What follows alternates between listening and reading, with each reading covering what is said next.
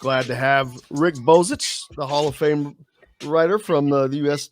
Basketball Writers Association at WDRB.com. What's going on in Louisville? Just asking you. It's a pretty quiet time of year right now. We got we got two pro soccer teams here in town. We got minor league baseball. You have two? Yeah, there's a men's and a women's team. I did. Wow. When did the women's team happen? This is their second season. They're actually in the top league in the country. They play against like LA and Orlando and holy crap on the US.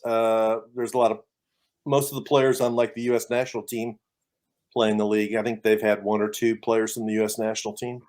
I did not know that. I cannot believe I have. What's the name of the team? Racing Louisville. I cannot believe I've not seen a single thing on any social media or anything anywhere. That's crazy. Yeah, Racing Louisville, and then they got Lou City FC. Right. We got the Bats. You know, the talk of the town here is pretty much what it is in all college towns is what's going on with realignment and how is it going to affect in this town specifically. I think people are talking about how it's going to affect Louisville.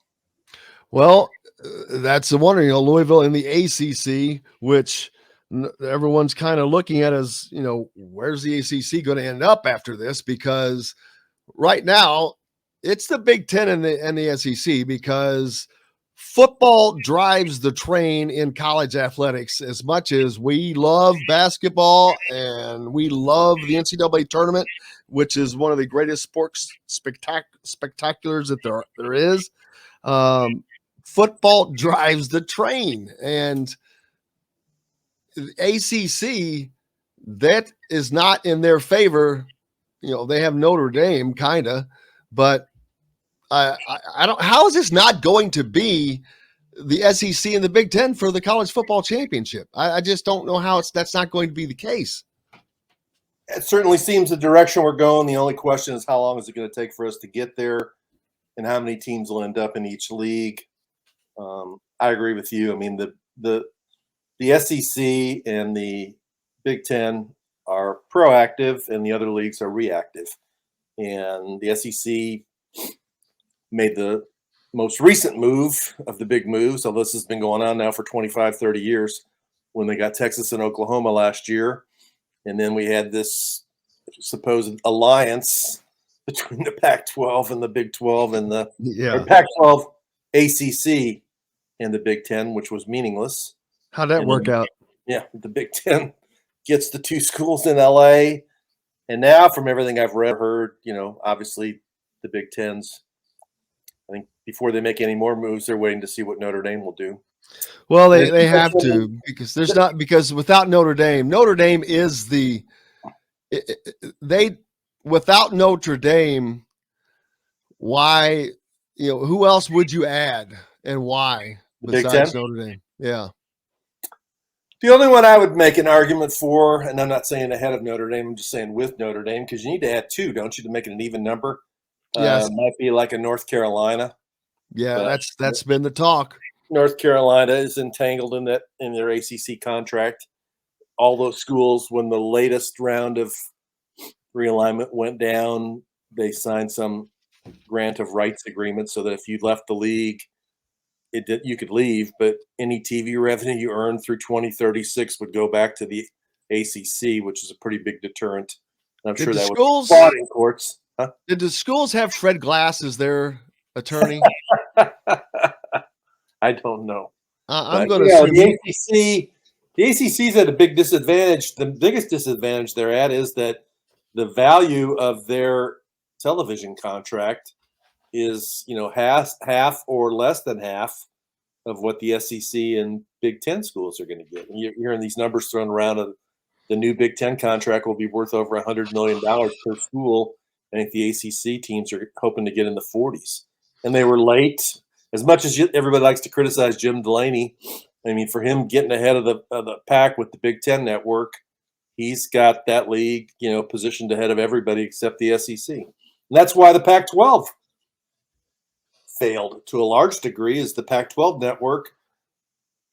A lot of people could never get it on. It wasn't on a bunch of different carriers. Nobody ever saw the games, and the ACC was slow creating their network. So it's a race, I think, and at this point, the Big Ten and the SEC can afford to be selective in who they want and who they don't want. And if you remember 2 years ago during COVID, one time in their life, the Notre Dame was vulnerable, and they went to the ACC and said, "We want to compete for the ACC championship this year," and they let them. And there was no quid pro quo. I mean, that's the time the ACC had leverage to say, "Yeah, I mean, you can come, but you need to come on a permanent basis." But they didn't do that, and so I don't see Notre Dame sticking with the ACC if they ever make a permanent commitment. I just don't see it. It doesn't make sense anyway. They belong in the Midwest. They're a Midwest school. And well, not only that, the money. At the end of the day, I'm thinking they're around 33, 35 million is what they're pulling in. And the Big Ten we're going to be looking at over 100 million. But if you add Notre Dame to that mix, Notre Dame in itself doesn't raise it as high as that. But when you add Notre Dame to Right. UCLA, USC, Michigan, blah, blah, blah, I mean, that could go up even substantially more, 125 million, 100, who knows, 150. When every year you're going to have regular season games between these teams. Indiana is going to play at UCLA in Pauley Pavilion one year, and another year UCLA is going to be at Simon Scott Assembly Hall. There's going to be such incredible games now, marquee games that are just set up instantaneously that package could be worth even more than we're anticipating now. And I don't know how Notre Dame turns that down, because half of their football schedule is already being played with teams that are in the Big Ten, whether it's USC, Michigan, or whom else. What does independence do for them?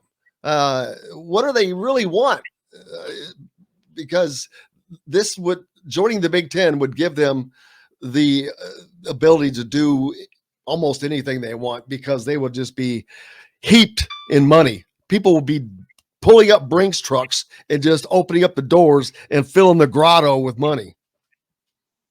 Yeah, I agree. It's just their tradition, and we all know the tradition has been shredded. All this stuff that's going on, it's in many ways irrelevant. Dame has been the one school that's clung to its status as we're the only ones who can make it without being in a conference. We're Notre Dame. Our academic stand different. Mission is different. We're a national brand, and we're not going to give up.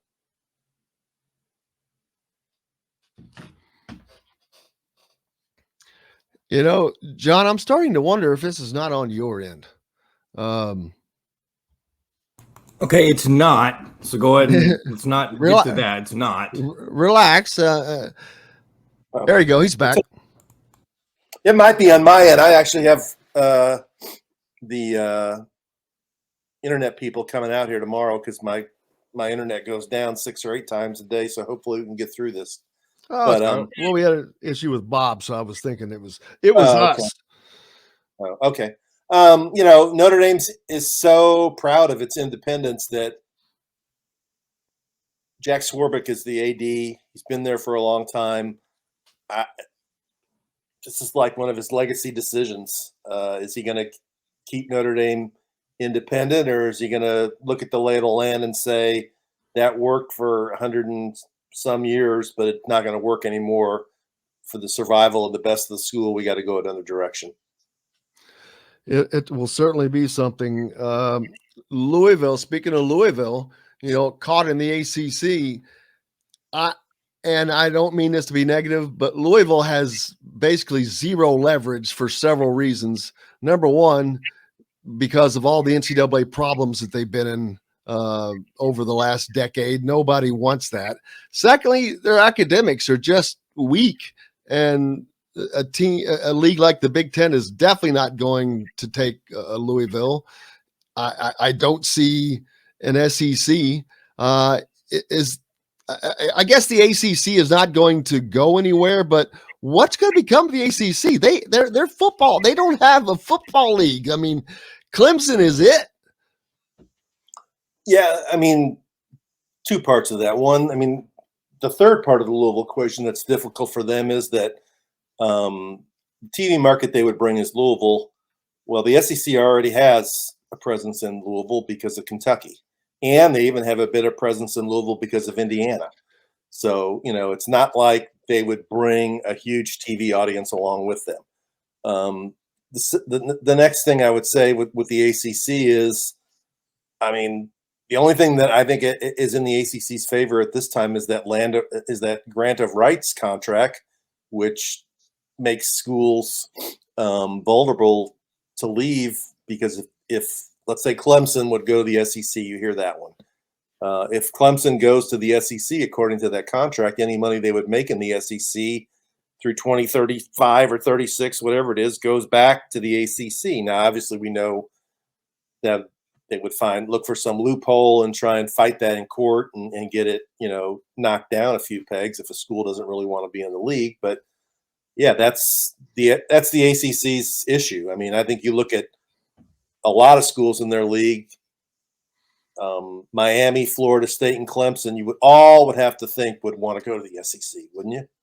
I mean, they're all football schools that won it. They've all won national championships over the last 25 to 30 years. They all want to compete at the highest level of football. Basketball is sort of an afterthought at all of them. So get in the league where, you're talked about in the South about college football, where football is king. Then we've got the Pac-12 and the Big 12 who are scrambling to fill. I mean, you got the Big 12 marriage. Yeah. They lose Texas and Oklahoma, the two crown jewels of the conference. And then now, of course, the Pac-12 losing UCLA and USC, their two crowns of the league. Those two leagues aren't going to merge, I don't think. Are they?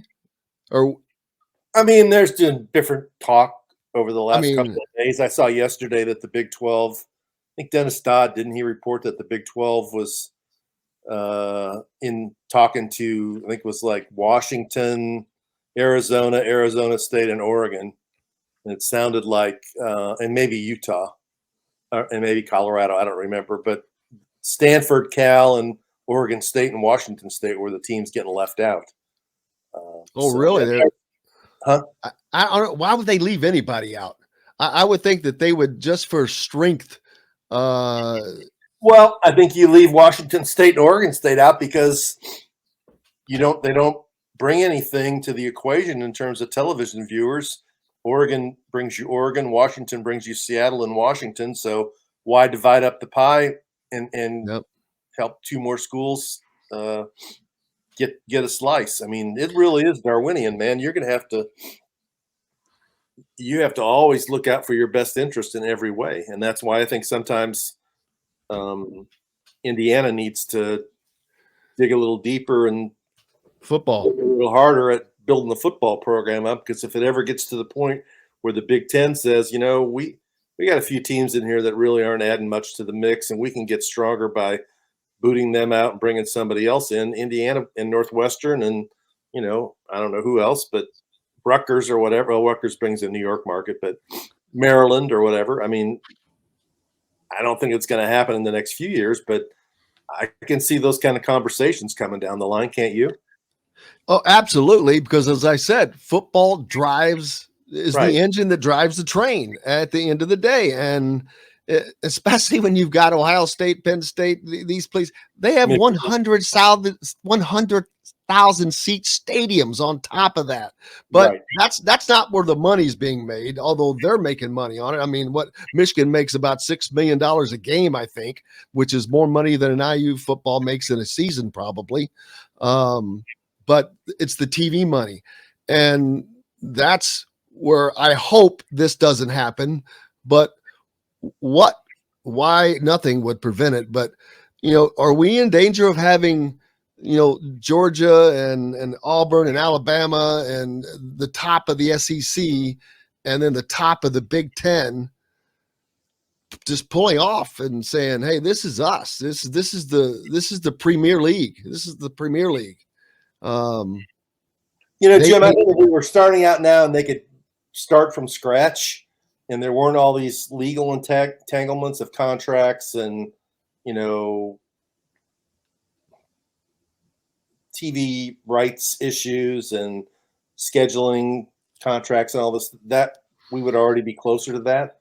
But I think eventually that's where it's headed, where there's going to be a super league, or whether it's 12 or 16 teams. And I heard you talking about it before I came on the air. It'd be like Alabama, Auburn, LSU, Texas A&M, Texas and Oklahoma. That's okay. That's what, 6? I think Florida still makes the cut. That's 7. Ohio State 8, Notre Dame 9, Michigan 10, Penn State 11, Wisconsin 12, USC 13, and then after that you start arguing about them. Is it Oregon? Is it Iowa? Is it Michigan State? Is it? Well, I think both of those end up being, because they both have good football programs. Is it Tennessee? Because they're on the way back. I don't know. The last 3 or 4 spots are going to be really cutthroat. Really.